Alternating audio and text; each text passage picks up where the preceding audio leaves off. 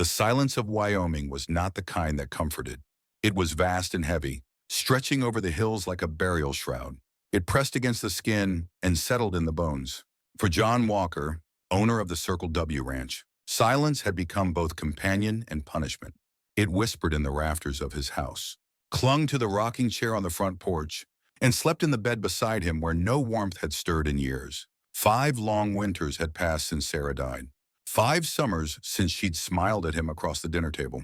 5 springs since she planted the wildflowers by the creek. The memory of her faded in flashes, the sound of her laughter, the brush of her fingers on his cheek, the scent of wild sage in her hair. She'd died in childbirth, and the baby with her. And John hadn't spoken more than 2 sentences in a row since. The world around him kept moving, but his had stood still. The Circle W Ranch was as prosperous as ever. He had hired hands to tend the herds, repair the fences, and manage the books. But John still insisted on checking the boundaries himself. It wasn't about trust.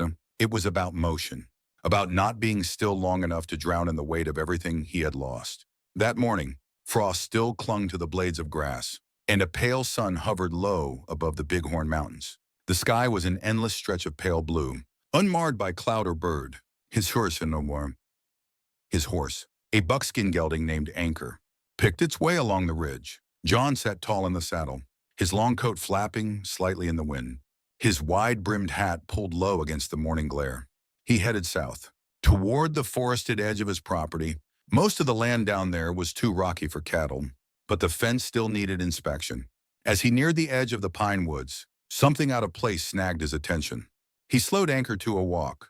There on a marsher, nestled in a clearing between tall trees, was the half-formed skeleton of a cabin. New logs, pale and freshly cut, stood stacked awkwardly as though someone had tried to shape a home out of desperation and haste. John frowned. This land had been in the Walker family for 2 generations. He kept a close eye on who claimed what around the edges. This hadn't been here last month. He nudged Anchor forward until the trees thinned and the clearing came fully into view. That's when he saw her. A woman stood in the cold morning air, struggling to balance one end of a log on her shoulder while wrestling the other into place on the frame of the doorway. She was slight, but clearly strong, her back bent with effort. Her dress was thin, more threadbare than practical, and her boots looked too big for her small frame.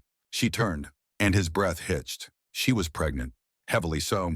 The swell of her belly strained against the worn fabric of her dress. Her face, though drawn with exhaustion, was striking wide cheekbones, a firm jaw, and eyes that burned a shade of blue so clear they startled him even from a distance. What in God's name was a woman in her condition doing here? Alone, trying to build a home with her bare hands. He sat still, watching her try and fail to lift the log. Her movements were careful, but it was clear she was nearing her limits. Every time she adjusted her grip, her knees bent with strain. Still, she didn't give up. John cleared his throat and called out, "Ma'am, The woman dropped the log with a startled gasp. Her hand flew to her belly. The other snatched up a hammer. She whirled around and glared at him, wide-eyed and ready to fight. "This land is mine," filed with the land office in Cheyenne. She snapped before he could speak again. John remained still. The land office is slow to update maps. "You're on Circle W land. Has been for 20 years. Her chin lifted. "Then let the courts settle it." "I won't leave." He dismounted slowly, keeping his hands in plain sight. "Easy now. I'm not here to run you off today. Just wondering what kind of person builds a cabin alone. This late in the year, the kind who has nowhere else to go." She replied flatly. Her voice was hoarse, as if she hadn't spoken aloud in days.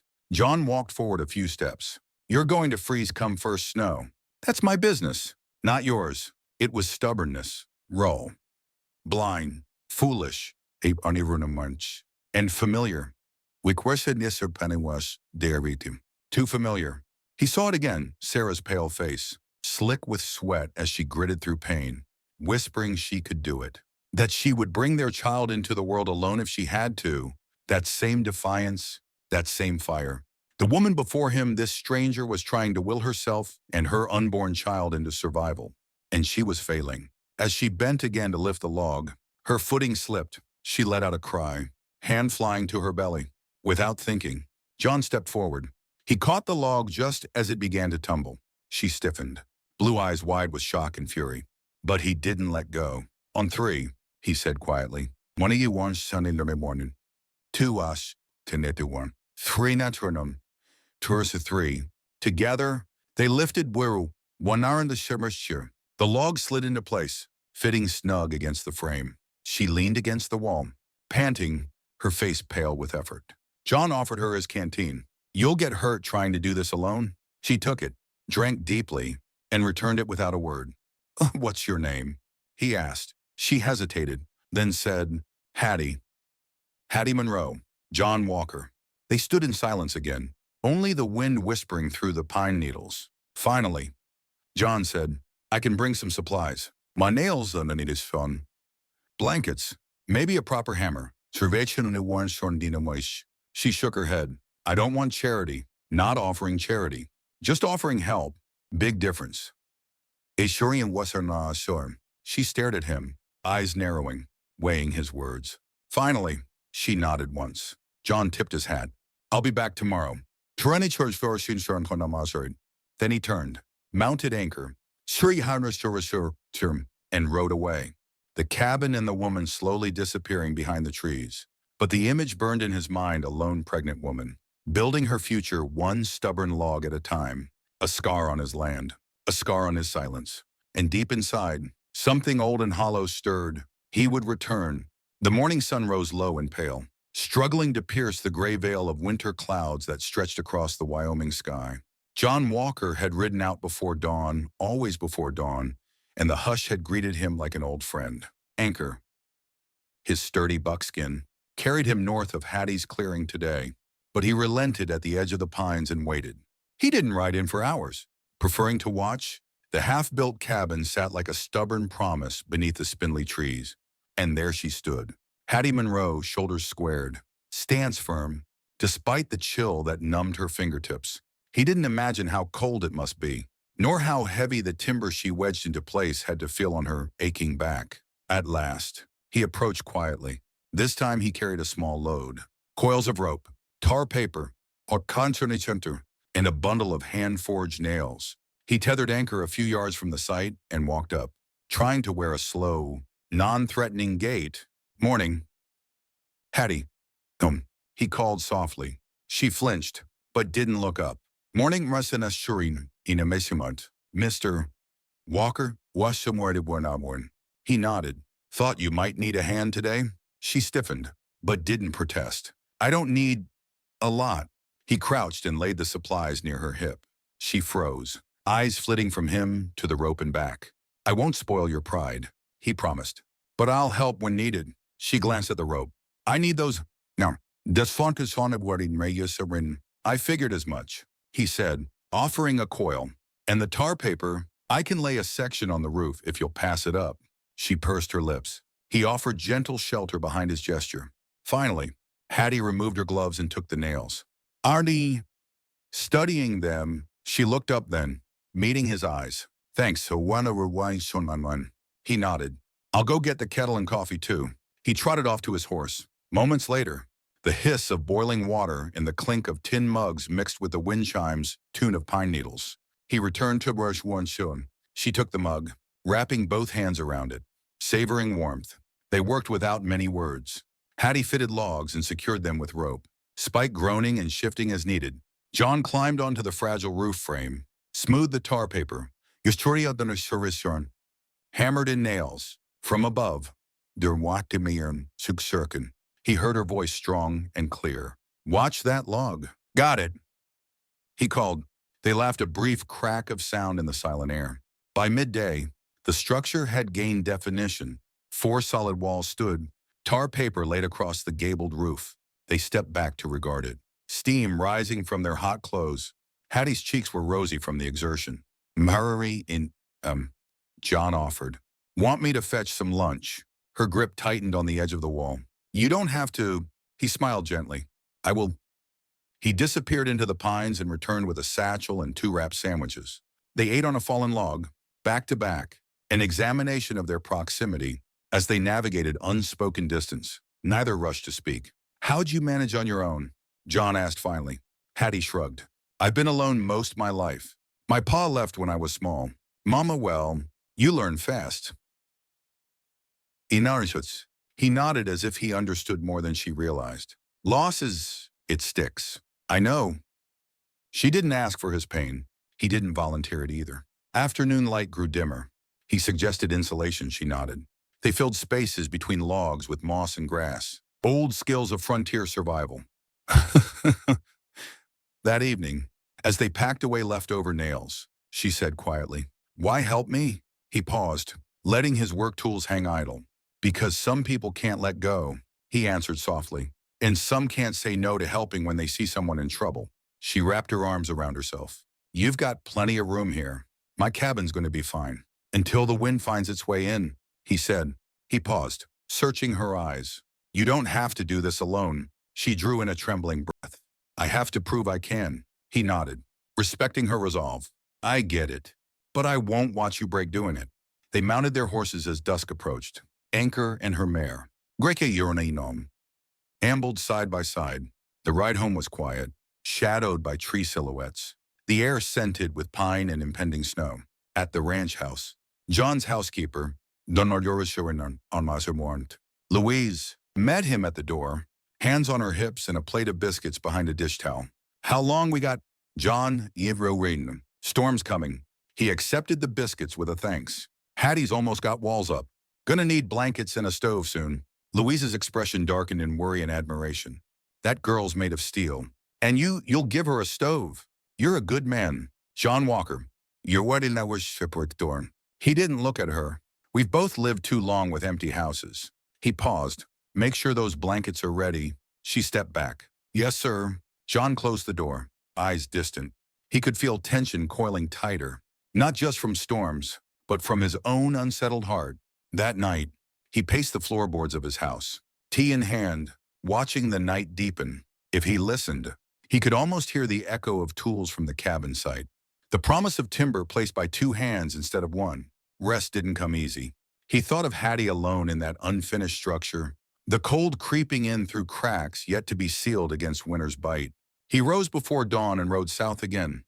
Anchor's hooves silent in snow-muddy ground, mist curling over fields like restless ghosts. At the site, Hattie had kindled a fire near the doorway. Smoke curled upward, drifting into his face before he could dismount. She looked up, hair untamed, eyes alert. He carried a half-dressed bundle of blankets, gloves for the Dackerman, knee gloves, and a small wood stove with its chimney pipe. "I thought," he began, but she held up a hand. "I said I didn't want charity." She began, voice low, finishing his thought. "I said I could do it alone." "I know," he replied gently. He set the stove down. "But winter doesn't negotiate." She opened her mouth, He shook his head. "No words. Install it." She nodded reluctantly. He worked at wrenching the stove into position, her handing parts and holding the frame steady. She smoked her breath through narrowed eyes. By the time the chimney was chimneying, smoke issuing in a purposeful column, their backs aching, Hattie sank to the ground. He wrapped a blanket around her shoulders and saw 2 tears on her cheek. "Don't cry," he said, though his throat constricted. "I didn't want help," she said, voice choked. "But this this feels different." He knelt down beside her. "It's not charity." He laid a hand on hers. "It's neighborliness, and maybe it's friendship." They sat like that as the stove glowed between them, sharing warmth of fire and of connection. With the stove lit, Hattie boiled water that night by firelight. They shared stew and bread at the rough plank table inside the cabin.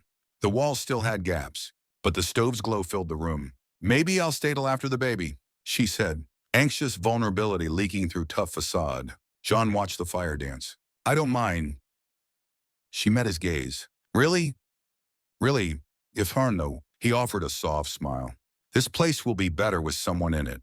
Someone who builds from inside out." Her lips curved in a weak smile. "Tomorrow," John said, "I'll run to town. Get more tar paper, shingles, something to keep snow off that roof, and some groceries." For the date to Besimum, Sorinchinin. She reached across the table and squeezed his hand. No words spoken, but the understanding was stronger than any promise. That night, John laid in bed, but sleep remained elusive. He thought of the half-built cabin and the fragile life growing within Hattie. For all his years of solitude, never had he felt as alive or as afraid. Morning came again with wind and a promise of snow. He woke and dressed by stove's ember light. When he stepped outside, he saw Hattie already working, logs in hand. Resolved in her stance, he mounted anchor. As he rowed south, he realized his heart had shifted. The silence of Wyoming had shifted too. It no longer defined him, but invited him to listen, to respond, to begin. And this time, when you for whenever they want him on, he wouldn't ride away from the sound of life fighting to be heard. The wind had shifted again, not just growing colder, but changing direction, bringing with it the first true taste of winter. Mornings sparkled with rime etched upon every blade of grass, and nights fell faster than ever. With each dawn, the cabin's wooden frame sagged a fraction more beneath the weight of snow settling in the woods. John Walker's routine continued, unchanged except for one unwelcome deviation. Each morning, he left the main ranch before sunrise, crossed frozen prairie, traversed wind-bleached aspen groves, and relit the stove in Hattie Monroe's unfinished shelter. The smell of soot and blackened metal authored its own greeting, and Hattie's knot at the hearth was warmer than any windbreak he could have built. This morning, she was already at work inside when he rode in. He jerked anchor to a halt.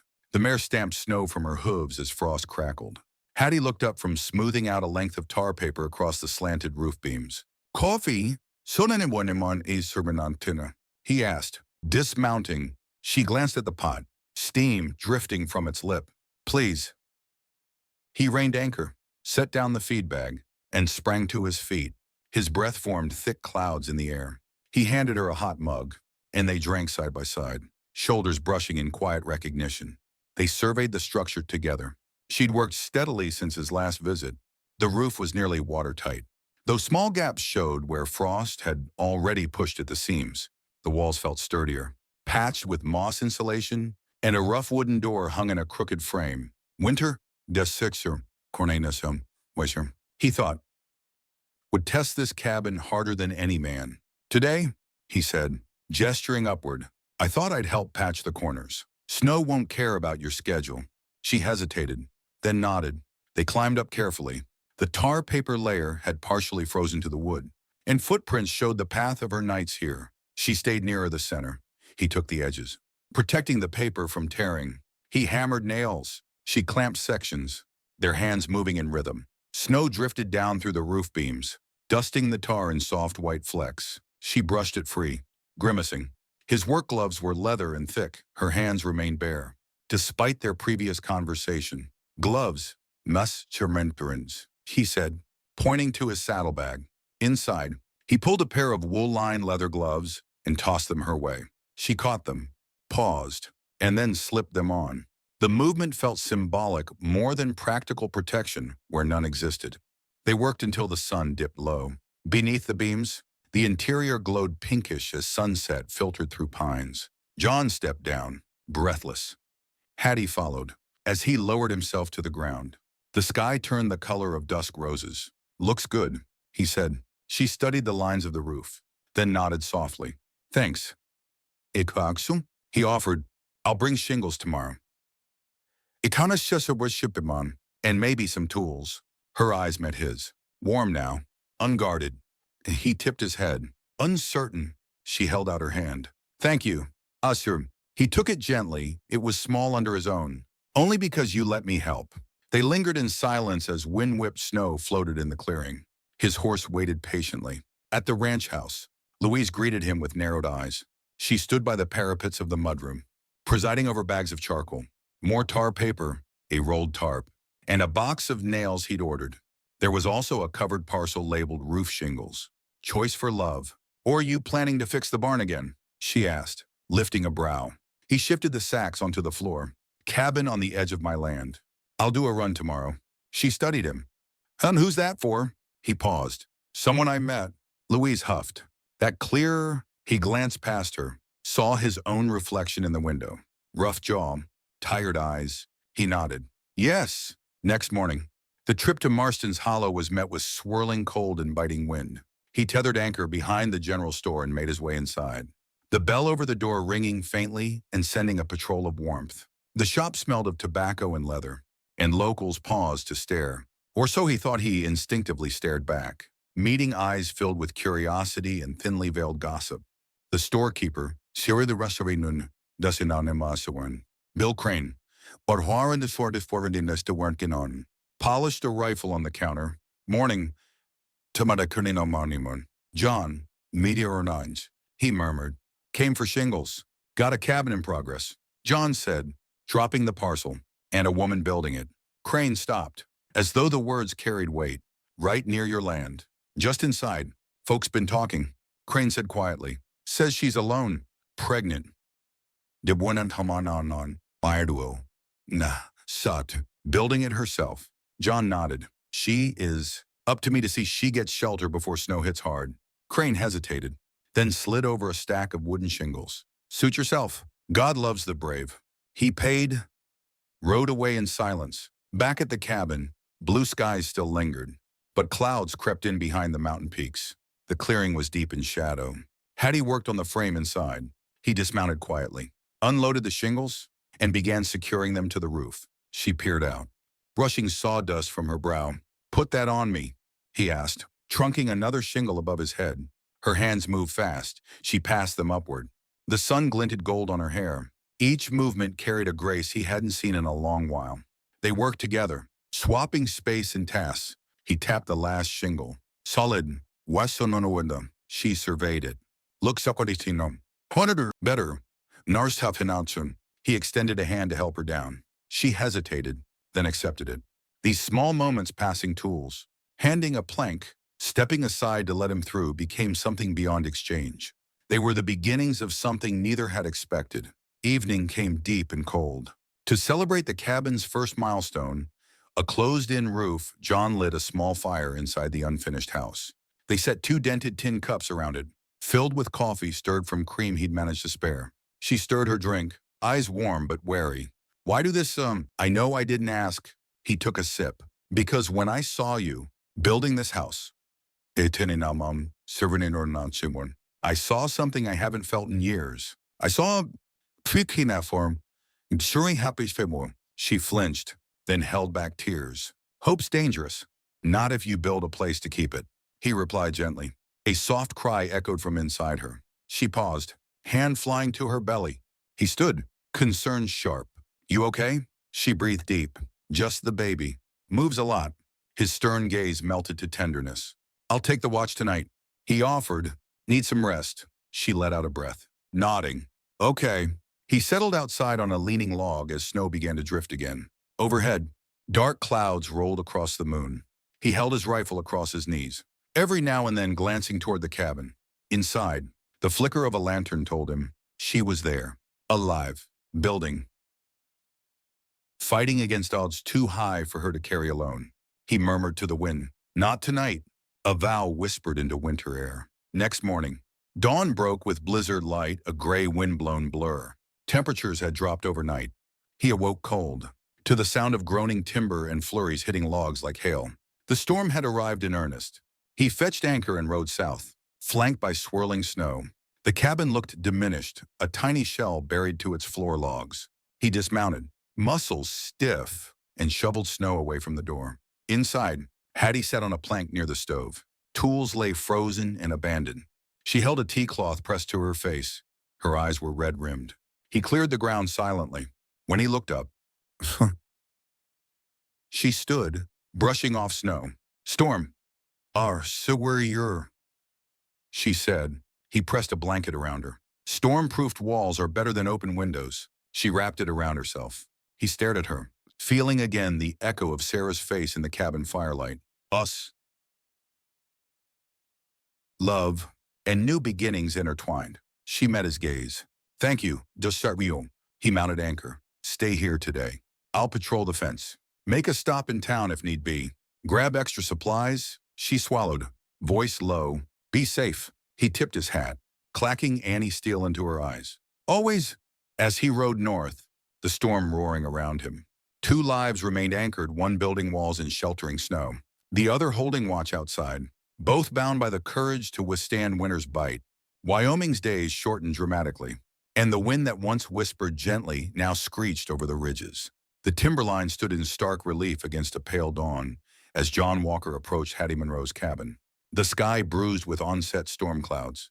He felt a tightening in his chest for the coming weather. Yes, Easter Tenido. But more so, for what else might move with the gale. He spurred anchor forward. As they entered the clearing, the half-built cabin came into view. Its log frame sturdy but still vulnerable to exposure. Hattie stood at its center, her silhouette slight but erect. She'd been out tearing bits of broken branches for kindling, her gloves chapped from sun and frost. Morning, Gadra for Narfers Fontipip on Dinaminon.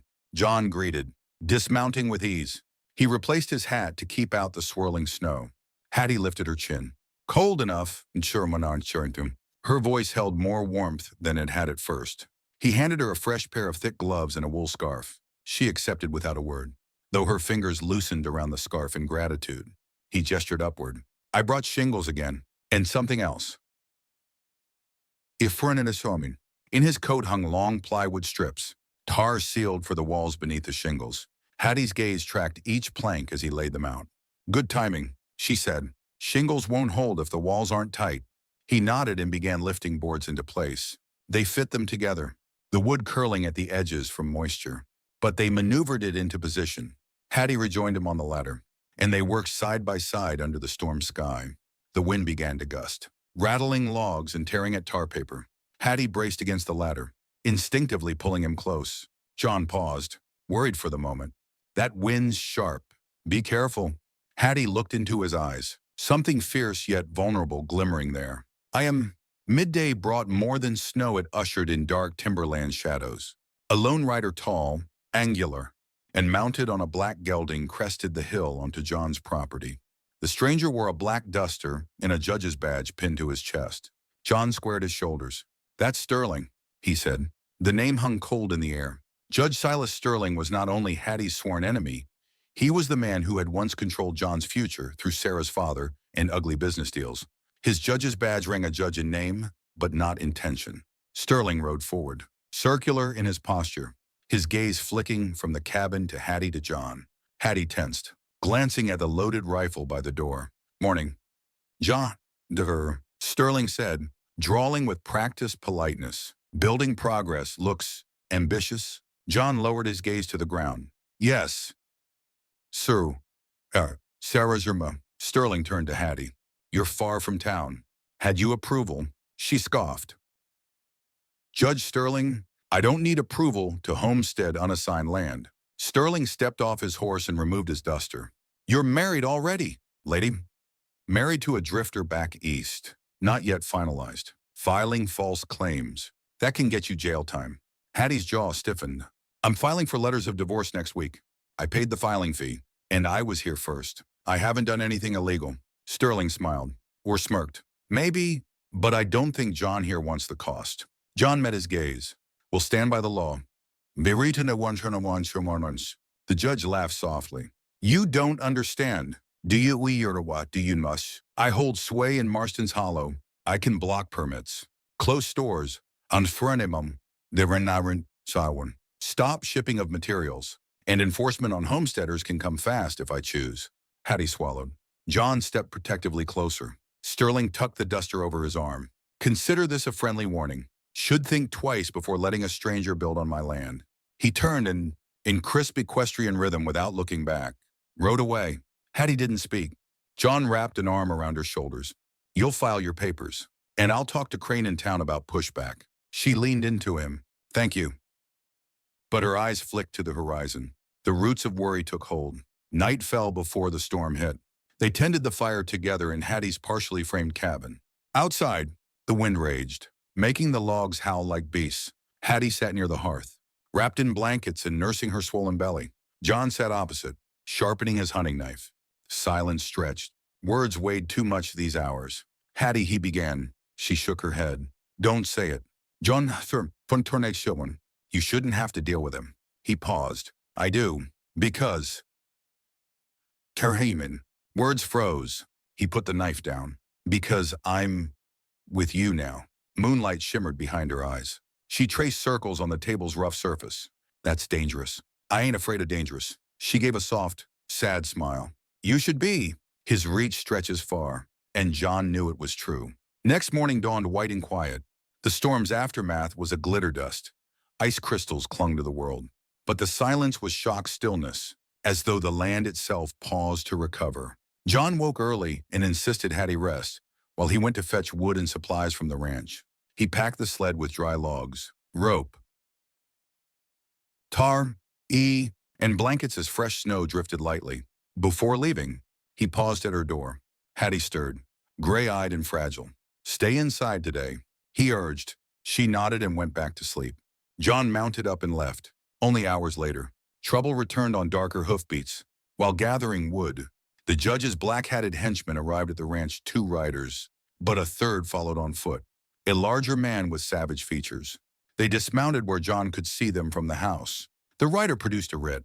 The judge had moved fast, a court order to eject Hattie and dismantle her building, with cause to arrest John for aiding and abetting. John stepped out. Bullheadedness fueled his steps. "What's this, slushing on munch?" Ryder spoke. "By order of Judge Sterling, this building is unauthorized. You are to remove it within 24 hours or face civil and criminal action." Walker's voice shook with barely restrained anger. "You've got the land wrong. I'll handle it in court." The big man stepped forward. "Let's see if it will reach a court before frostblood settles her bones." That night, John sat in the dark ranch house. His open ledger lay before him, filled with maps and deeds. His jaw was set. He had to protect her legally, physically, morally. The next morning, at his ranch office, he met Bill Crane, the storekeeper Wanyum Sisiwitawee, and the sheriff, one and was Deputy Rowe. Crane laid out shipments that had been blocked roofing. "Nails, even flour. I'll front it." Walker said, "Supply her materials." The sheriff nodded. "I can smooth over some paperwork, but Sterling's influence is strong. Then I'll meet with Sterling. Calm confrontations. If I must." Crane eyed him. "Be careful. That judge doesn't like to be opposed." John nodded. He left the store with more than supplies in his saddlebags. He rode back, feeling the first faint tremors of what was coming, but he'd rather stand beside Hattie in a storm than keep the silence any longer. By nightfall, they reconvened at the cabin. Under lantern light, they spoke quietly but urgently. Hattie looked at the bundles and letters he'd brought: documents, receipts, sir, Andy, blueprints, one Wasterbinson, affidavits. One and sir. He moved closer. "We'll file early tomorrow. We'll challenge his writ. When one show your divorce filing. Prove the land is unclaimed homestead." She studied his face like reading a promise. "We could lose." He reached for her hand. "Then we'll fight." Together, her grip around his hand tightened. Outside, the wind gusted again, rattling the logs. In the dark of that shared cabin, 2 lives settled onto shared purpose. Storm clouds loomed again. What began as cold first dust, then snow now threatened to become a blizzard. But John Walker thought he'd known fear before. Not like this. This fear was measured in her survival, in the fragile life that clung to Hattie's bones, and in the fragile hope they were forging between beams and bricks. As night settled, he stood guard at the door. With the rifle across his arms and the lantern casting long shadows, he listened to the wind chant across the roof. Defiance bloomed in his chest. If Judge Sterling wanted war, he'd get war. But war could take many forms. Court summons, threats, or gunfire. John Walker felt the weight of silence heavy. Yes, but now, the silence was not his own. And beneath the weight, they were no longer alone. Snow still carpeted the landscape in thick white, turning familiar shapes unfamiliar under its weight. In spite of the chill, Hattie woke on the 5th morning to a steady sense of purpose in the cabin. She propped herself with pillows and listened to the hum of the small wood stove. Through the tiny window, she could glimpse John pacing outside, bundled in layers, boots crunching in the fresh snow as he surveyed the property line. Their battle with Judge Sterling's writ was set in motion. John had filed affidavits, assembled deeds, and lodged Hattie's divorce application with the county clerk. Word was that the judge would send deputies to enforce removal. Today, she reckoned, was likely the day. Determination hardened her voice. "I'll finish the walls," she said, stepping into cold timber air outside. John paused. "Halfway up the slope. Don't push too hard," he cautioned. His eyes searched the pale sky. Snow's deeper than I expected. I can do it, she insisted, her voice steady. He didn't argue further. Instead, he fetched a ladder and offered help assembling the final logs. This was their rhythm, no longer forced, but chosen, side by side. They worked until midday, the cabin almost enclosed, the last gap almost sealed. Then John stopped, hands frozen in midair, and stared toward the gray horizon. A cloud of horse riders appeared through the snow, sheriff's deputies with official warrants. They wore expressions that combined duty with reluctance. At their lead was a stern-faced deputy, his breath like smoke in the cold. Hattie and John stepped away from the cabin. The far end of Wyoming's winter felt 3 worlds away from Marston's Hollow. Yet here was jurisdiction, documentation, and lawmen summoned by a man with power. John Walker, Arwasuwanamarichim, the lead deputy, called. He nodded. Yes, sheriff's office and county clerk. What is this about? The deputy held out a writ for removal of unauthorized structure on Walker property and restraint of Saxwoman Monroe. Hattie's breath caught. Her hand moved to her belly protectively. The deputy continued. And arrest for interference if restraining through force. John looked at Hattie. We've disputed this in court, he said quietly. Our affidavits are filed. The divorce is pending. This cabin falls under homestead claim.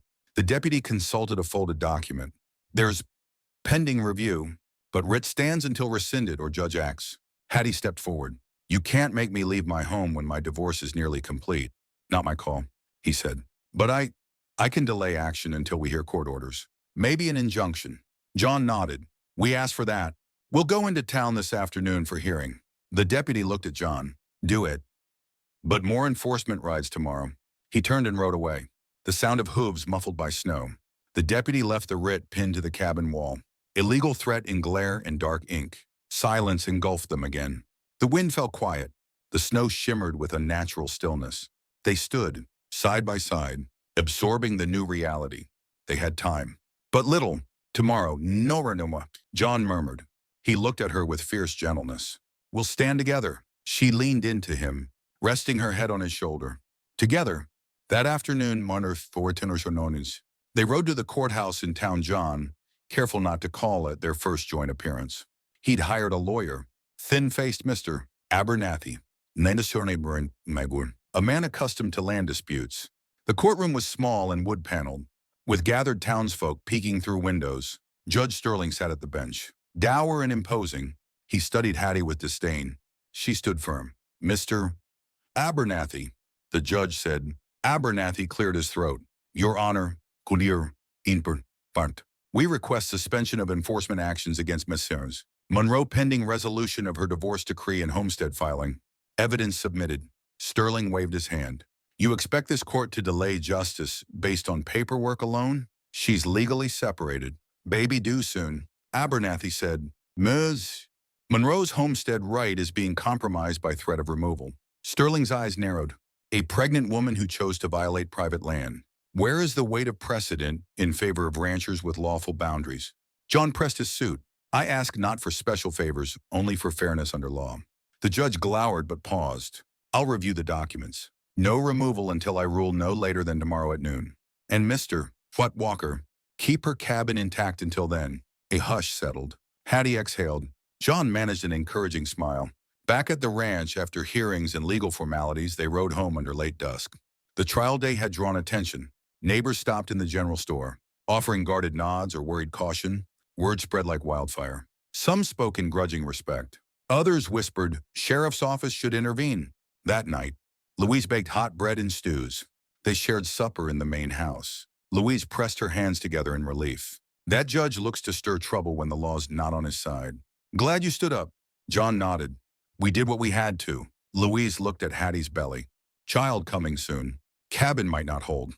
You'll move her in. John covered Hattie's hand with his across the table. She touched his finger.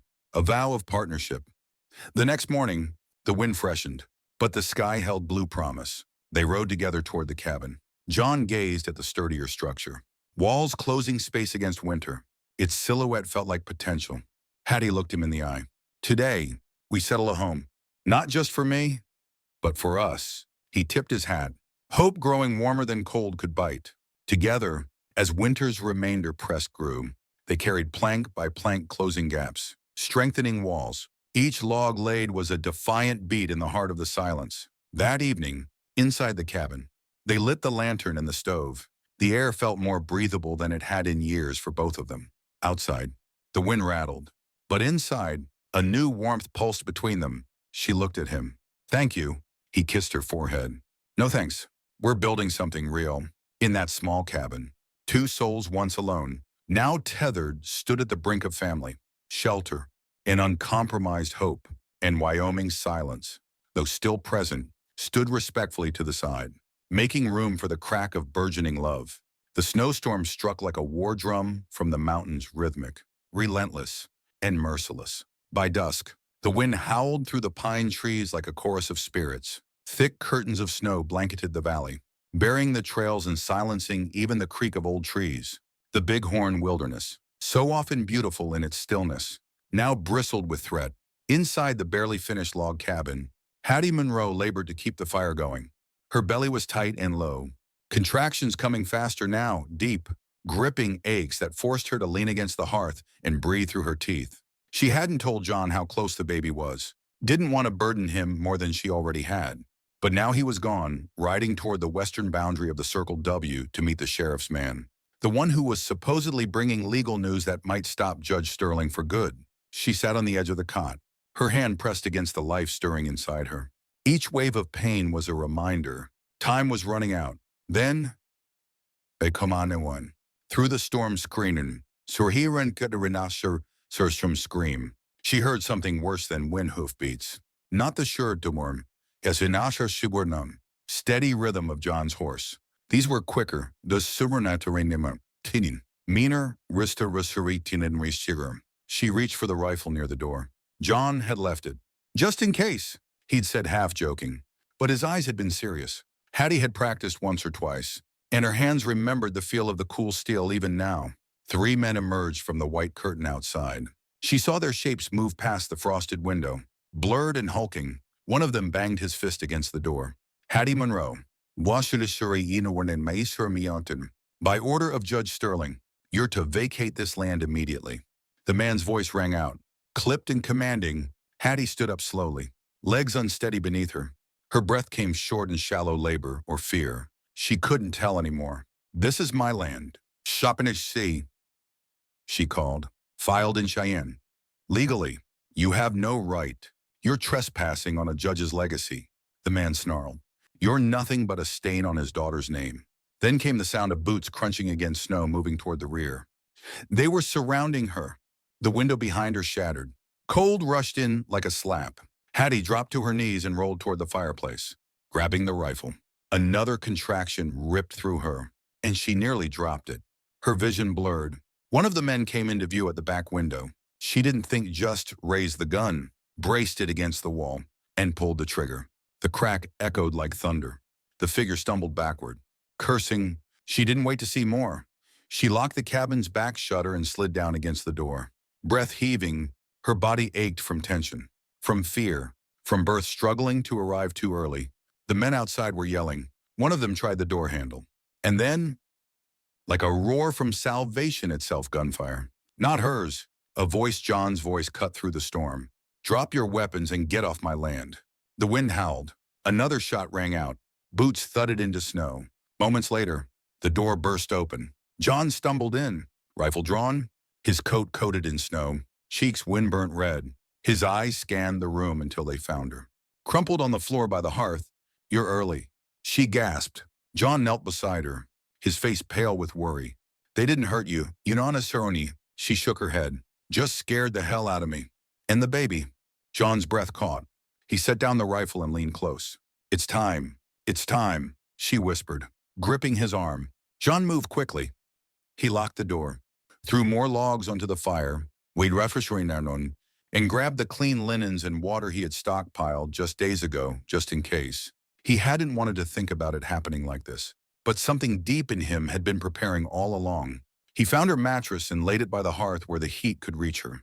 Outside, the storm screamed, but inside was a pocket of warmth, of safety.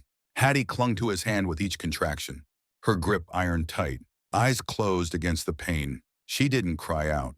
She didn't flinch. Even in agony, she fought like she had fought for every breath since arriving in Wyoming.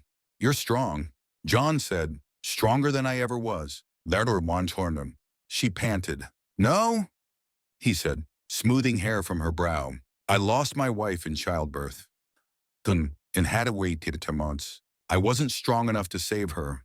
But I'll be damned if I lose you too." She stared at him, eyes wide. "You didn't tell me." He nodded. "Because I was afraid you'd see that weakness in me. That guilt." She didn't respond with words, just squeezed his hand tighter. The hours passed in fragments, John boiling water, wiping sweat from her face, holding her hand as she groaned through the pain. Every time the wind howled, he glanced toward the door. But the men had retreated. One was wounded. The others knew they had crossed a line. Just before dawn, when the snow outside had piled nearly waist-high against the door, a new sound cut through the silence inside the cabin. A baby's cry, sharp, thin, Shomer Namazin, but unmistakable. John's heart nearly gave out. Hattie sobbed not from pain, but from relief. She cradled the child in trembling arms, tears trailing down her cheeks. "Eboiranon, te," John whispered, staring in disbelief. Hattie nodded, her lips trembling. "He's alive." John sat beside her, arm around her shoulders. The baby nestled close, already quieting at the sound of his mother's heartbeat. For a long time, they said nothing. Then John spoke, his voice low and reverent. "We mamidini, we shamiri, we made it." "No," Hattie corrected, looking into his eyes. "You came back." Outside, the storm faded. The wind quieted. The world seemed, for the first time in days, at peace. And in a small wooden cabin carved into the wilds of Wyoming, a new family had been born. The blizzard had passed silently, replaced by an icy stillness that blanketed the Wyoming landscape. Trees bowed under snow's weight, the distant prairie eerily motionless. On the crest of a low ridge, John Walker emerged from the cabin with his newborn son cradled against his chest, the infant's wispy breath creating tiny clouds in the frigid dawn. Beside him, Hattie, Irina Sharatinichu, her cheeks flushed with both cold and pride, supported herself against the unsteady frame of the door. The storm had tested them beyond endurance, yet here they were, alive. Together, their family intact. John paused, drawing a slow breath, watching the sun's pale rays kiss the snowy terrain. He felt the weight of the past week, the gunfire, the labor, the near-fatal blizzard as a distant ache, eclipsed by hope rising within him. They saddled their horses quietly and set off for Marston's Hollow. The baby swaddled in layers of wool and tucked safely in Hattie's arms. Anchor and Gray carried them through the clearing, their path defined by hoofprints in fresh snow. Town looked different now. A stillness held the streets, the cold air making lantern lights glow like distant stars. Word had already spread. Townsfolk paused to gaze with a mix of wonder and respect. Some had sacrificed supplies to help Hattie, others stood back, uncertain. Today, they came forward, offering quiet nods, helping with the horses, handing over hot cups of coffee. The sheriff's deputy shook John's hand firmly, while the storekeeper, Bill Crane, dipped his head respectfully. Inside the courthouse, the atmosphere was tense. The small room had filled quickly. Absent county seats. The air smelled of stove smoke and old wood. Judge Silas Sterling sat behind the high bench, cloak draped over its top, flicking open the papers before him with deliberate slowness. Before the judge's seat stood Hattie, looking stronger than her wounds, holding their baby, while John stood resolute beside her, along with their attorney, Mr. Abernathy. Members of the town watched reverently as the judge finally spoke. "The court will now hear the results of yesterday's hearing and the matter concerning the writ of removal." Mr. Abernathy cleared his throat. "Your Honor, we present Mrs. Monroe's divorce decree, confirmed as of this morning. We also tender documentation of a legally filed homestead claim on these exact grounds, predating the issuance of any writ." He slid papers forward, one by one, crease-filled documents signed and stamped. Hattie tightened her grip on the baby, her expression resolute. The judge scanned the documents, his brows tightening in thought. A hush fell. Then he leaned forward slightly. "Mrs. Monroe, to confirm your divorce is complete." Hattie held the infant tighter. "Yes, sir, finalized this morning. And your homestead claim was filed before the writ forcing your removal." "Yes, sir." Sterling exhaled slowly. Very well. He paused, choosing each word. Mr. Abernathy, will you outline the grounds for refusal of enforcement? Abernathy, a practiced man of marshaled arguments, began calmly.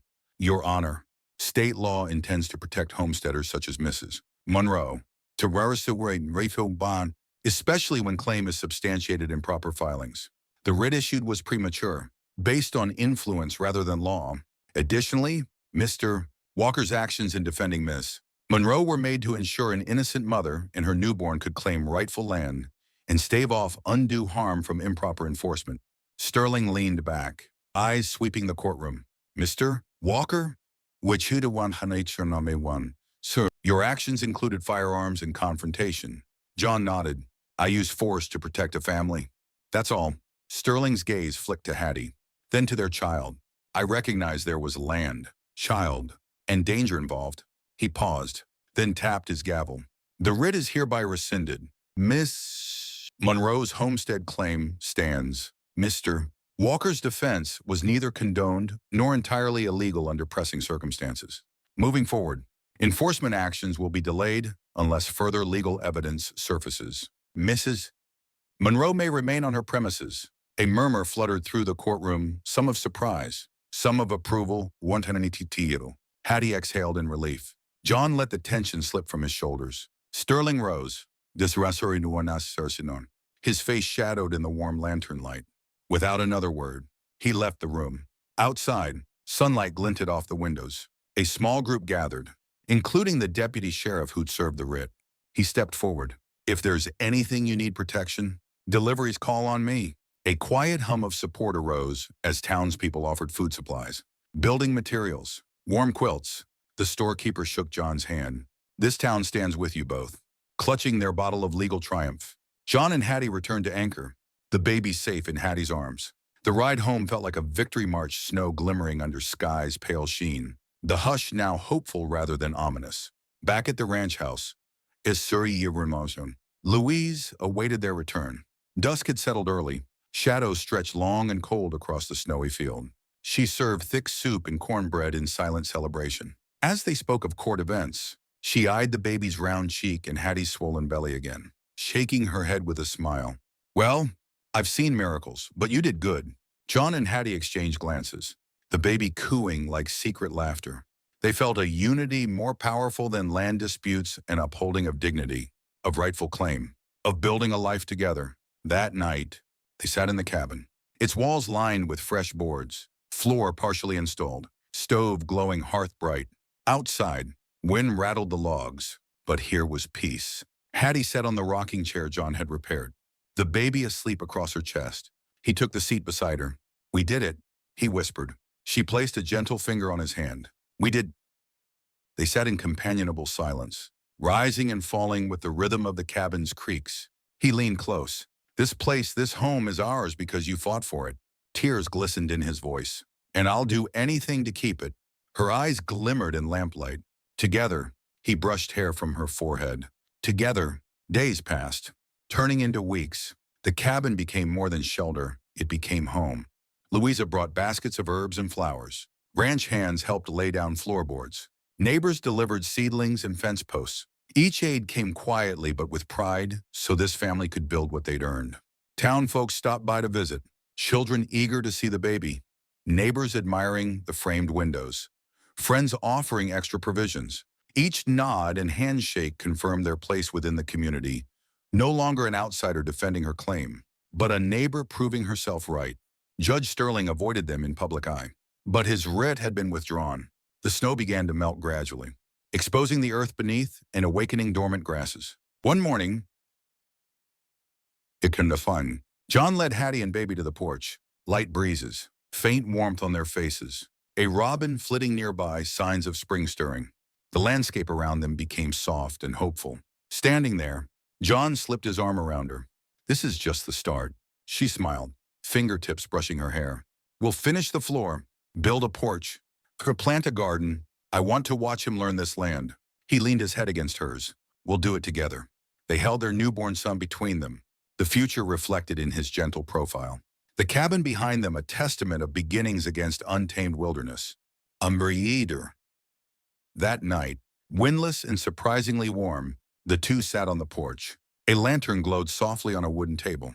Hattie leaned against John, their child nestled on her lap. "Do you think he'll remember the story?" she asked quietly. John looked down at the boy, already stirring. "He'll hear it often. About the cabin.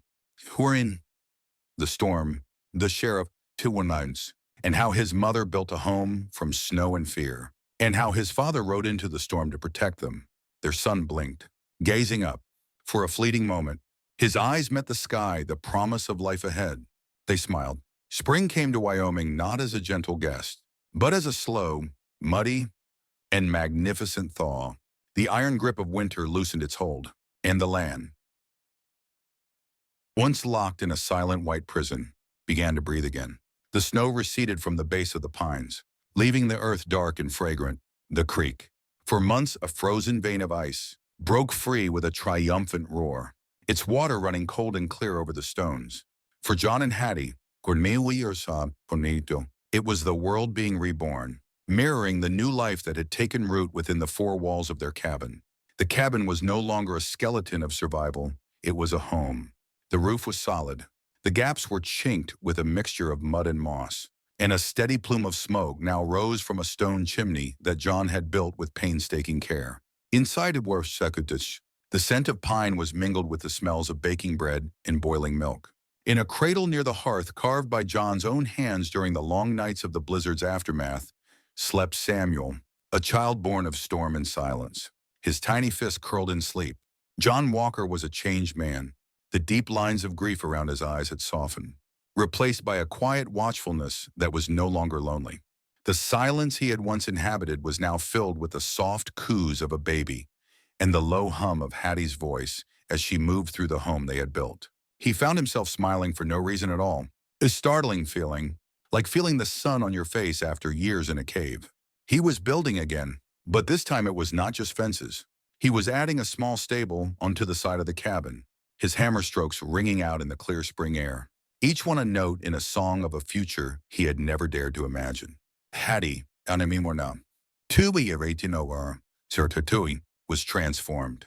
The haunted, defensive woman who had met him with a hammer in her hand was gone. In her place was a mother, her movements fluid and confident.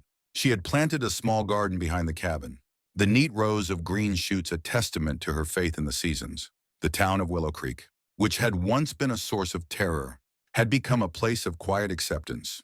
The story of the siege during the blizzard, of John's defense and Judge Sterling's disgrace, had spread like wildfire.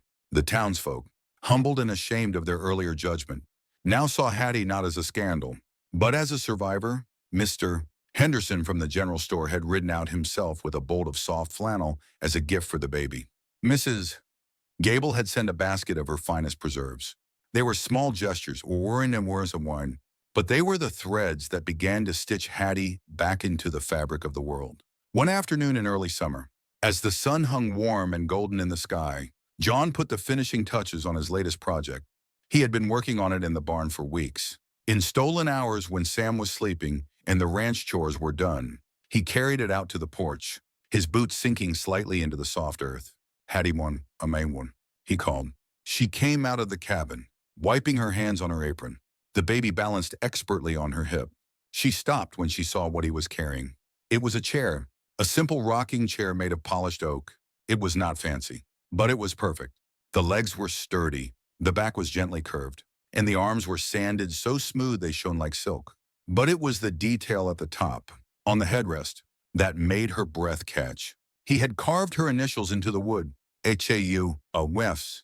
She walked toward it as if in a dream, her eyes tracing the letters. She ran her fingers over them. He had not carved H. For name Hawthorne. He had carved the initials of the woman she was when he met her, a quiet acknowledgement of the journey she had made on her own. "John," she whispered, her voice thick with emotion, "figured you needed a proper place to sit and watch your garden grow?" He said, his own voice a little rough. "A queen needs a throne." Tears welled in her eyes as she settled into the chair, Sam cooing in her lap. It fit her as if it had been made for her. A solid, steady embrace on She rocked gently. The movement a soothing rhythm. It's the most beautiful thing I've ever seen, she said. They sat in a comfortable silence for a long time, watching the sun dip toward the mountains. The world was peaceful, their small kingdom secure. I was thinking about the boy, Hattie said softly, looking down at her son's sleeping face. About his name. Samuel is a fine name, but he needs a last name. And Monroe? It belongs to a man I'd rather forget. John stopped whittling the piece of wood in his hand. He looked at her, his expression serious. What if he took my name? Samuel Walker, Shura Shura Shurn. It has a good sound to it. Hattie smiled. A sadarwarmanum, gentle smile.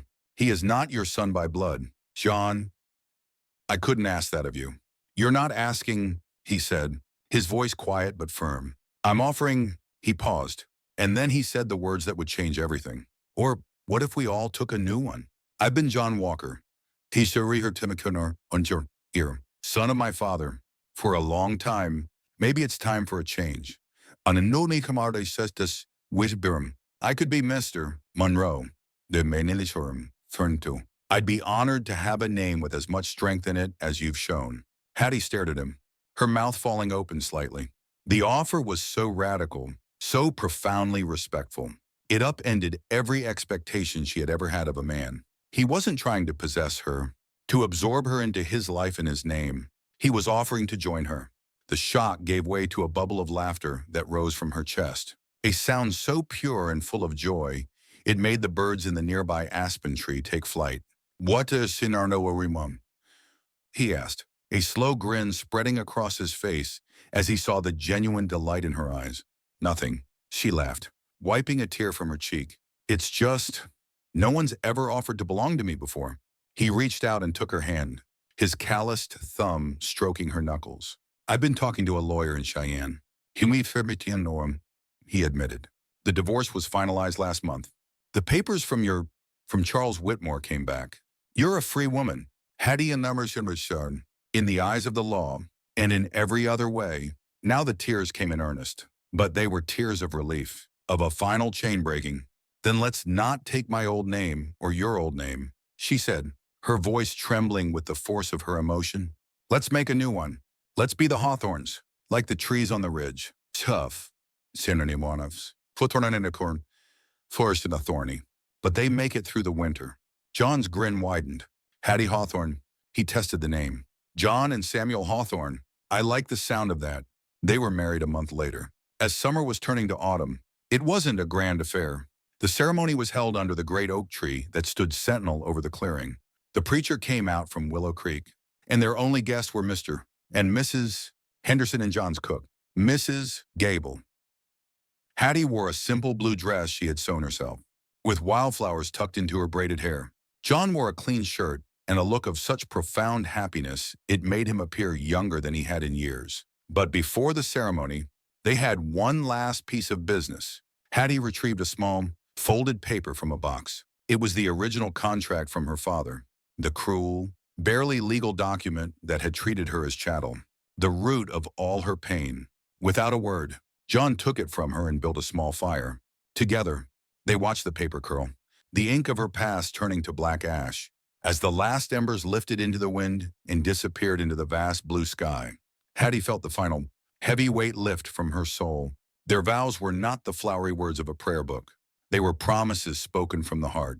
He promised to be her partner, her defender, and her home. She promised to be his joy, his comfort, Ikerna, and his family.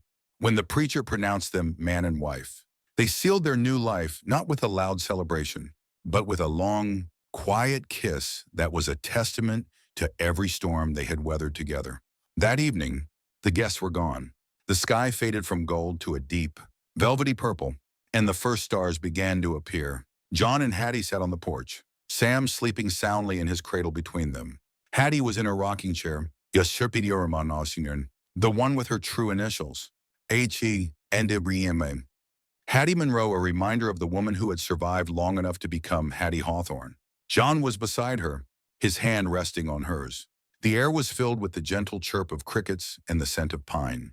You know, Hattie said, her voice a soft murmur in the twilight. I used to think a home was just four walls and a roof. John looked at her, his heart so full he felt it might burst. And what do you think it is now? She smiled, a slow, contented smile that lit up her whole face. It's a feeling. It's knowing that whatever storm comes next, you won't have to face it alone. He squeezed her hand. The world ahead was wide and untamed. But here, in this small clearing in Wyoming, they had built more than a cabin. They had built a world. Above them, the stars shone down, quiet and certain, and the wind that whispered through the pines seemed to be carrying the ashes of an old life far, far away, leaving behind something new, something strong, something that had the unmistakable shape of peace.